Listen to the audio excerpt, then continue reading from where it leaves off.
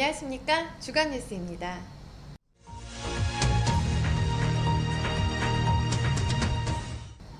지난 7일 배우 송중기가 방콕에서 2016 아시아 투어 팬미팅을 개최해 약 4천여 명의 팬들과 만났습니다.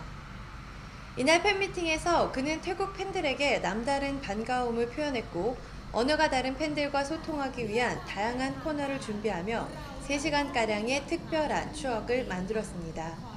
행사가 끝난 후에도 악수회를 통해 팬들과 일일이 인사를 나누기도 했습니다. 이날 태국의 주요 매체들은 그의 입국 당시 공항이 마비될 정도로 엄청난 팬들이 모인 것과 태국에서의 인기에 대해 역대 한국 아티스트들 중 최고의 사랑을 받고 있다고 보도했습니다.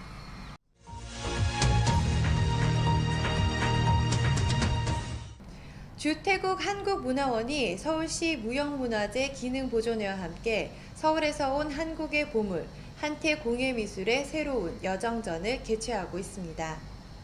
이번 전시에 참여하는 장인은 23종목 23인으로 다양하고 많은 작품들이 함께하는 전시이기에 한국의 전통공예에 대한 전반적인 흐름을 파악할 수 있습니다. 또한 이번 전시에는 태국의 전통공예도 전시됩니다.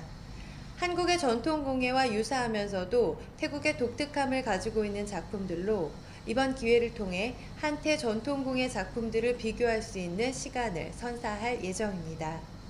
이번 전시는 주태국 한국문화원 1, 2층 전시공간에서 오는 6월 30일까지 진행됩니다.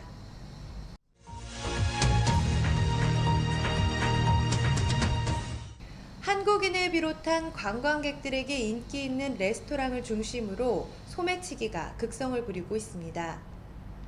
한국인 관광객 김모 씨는 한국인 관광객 사이에서 인기 있는 레스토랑인 꽝시푸드를 방문했습니다.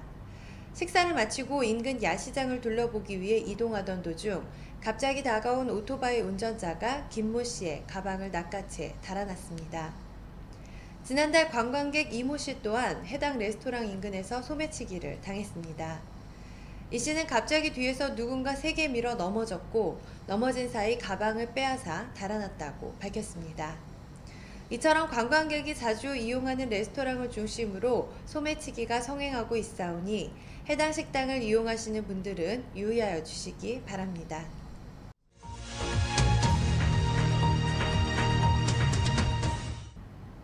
태국과 미얀마 노동부가 이민 노동자 수입 협약을 체결했습니다. 태국 노동부는 이번 협약 체결로 인해 인력 부족 문제, 인신매매 등 태국의 사회적 문제를 해결할 수 있을 것이라고 밝혔습니다. 현재 태국은 라오스, 베트남, 캄보디아와 노동협약을 맺고 있으며 태국과 미얀마 정부 모두 이번 노동자 협약의 필요성을 강조하고 있었습니다. 또한 양 국가는 이번 협약으로 노동자의 삶의 여건이 나아질 것으로 기대하고 있습니다. 한편 외국인 노동자의 유입으로 태국인의 일자리가 줄어든다는 의견에 대해서는 외국인 노동자를 태국인들이 꺼려하는 직종으로 유입시킬 예정이라고 밝혔습니다.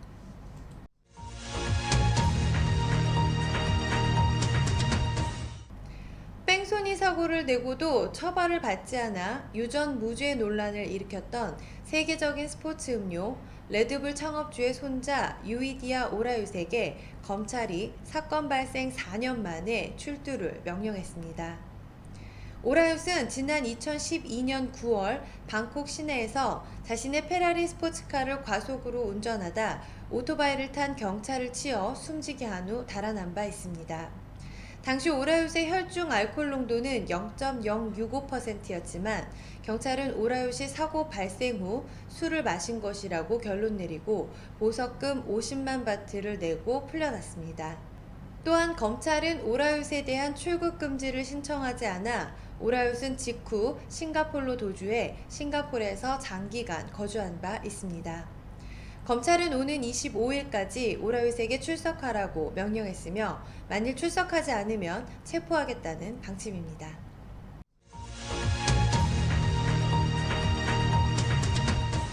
지난 10일 제태국 한인회와 재외 한인 구조단이 업무 협약을 체결했습니다.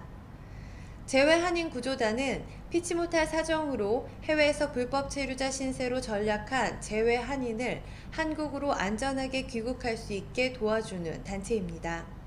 재태국 한인회와 제외한인구조단은 이번 협약을 통해 태국 내 불법 체류자로 어려움을 당하고 있는 제외한인들을 본국으로 구조하여 새로운 삶을 살 수 있도록 지원할 예정입니다. 이번 협약식에는 최언기 한인회장, 권태일 제외한인구조단장 등 관계자들이 참석했습니다.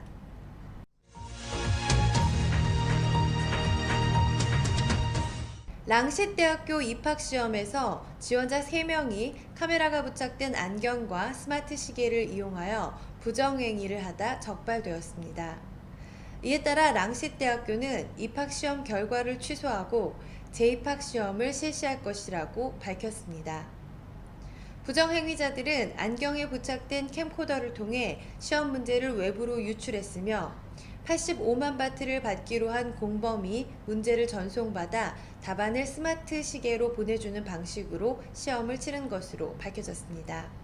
랑싯대학교 측은 부정행위가 발각된 약학과와 치의학과 입학시험 결과를 취소하고 재입학시험을 치를 것이라고 발표했습니다. 이로 인해 2개 학과에 지원한 3천여 명의 학생이 재입학시험을 치르게 됩니다.